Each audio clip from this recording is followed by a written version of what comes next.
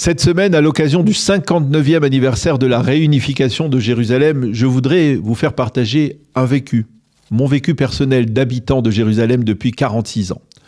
Vivre à Jérusalem, c'est avant tout un immense mérite. Un mérite célébré dans le fameux Et Sha'arei Ratzon que nous récitons à Rosh Hashanah juste avant les sonneries du chauffard. Ce jour est un mérite pour les enfants de Jérusalem. Vivre à Jérusalem depuis 46 ans, c'est pour moi également une immense fierté que je voudrais pouvoir partager avec les Juifs du monde entier. Vivre à Jérusalem, c'est aussi une passion tellement pure et désintéressée qu'elle nous ferait immédiatement regretter la moindre critique que l'on pourrait lui infliger. On n'aime pas Jérusalem à condition.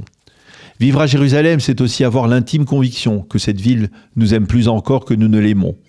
Vivre à Jérusalem, c'est un bonheur qui se décline en dévalant les méandres de la cité de David, en parcourant les ruelles de la vieille ville, en grimpant sur le mont des Oliviers et bien sûr en contemplant la splendeur du mont du Temple. Vivre à Jérusalem, c'est se pénétrer de ces instants d'épanchement devant les pierres bimillénaires du Kotel. Des instants où seuls, face à la providence divine qui ne quitte jamais ce mur, nous prions. Des pierres pour des prières pour des pierres, et des pierres qui, comme l'a chanté Naomi Shemer, ont un cœur qui bat contre le nôtre.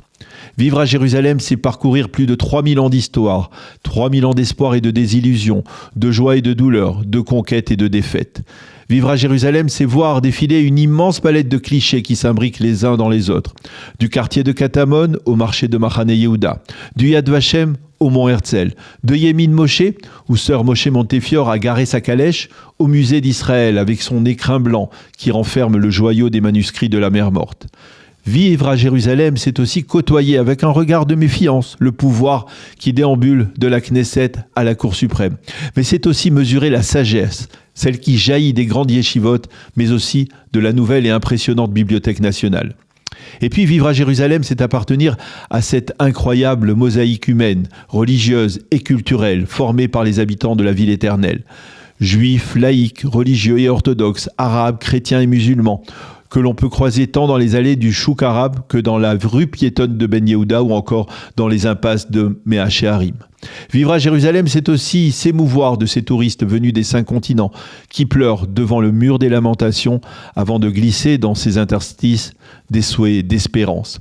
Vivre à Jérusalem, c'est balayer toute forme d'objectivité pour rester envoûté par sa beauté, par son éblouissante lumière, par sa sacralité, par son extraordinaire résilience, par son éternel message d'unité et par l'histoire unique de sa réunification.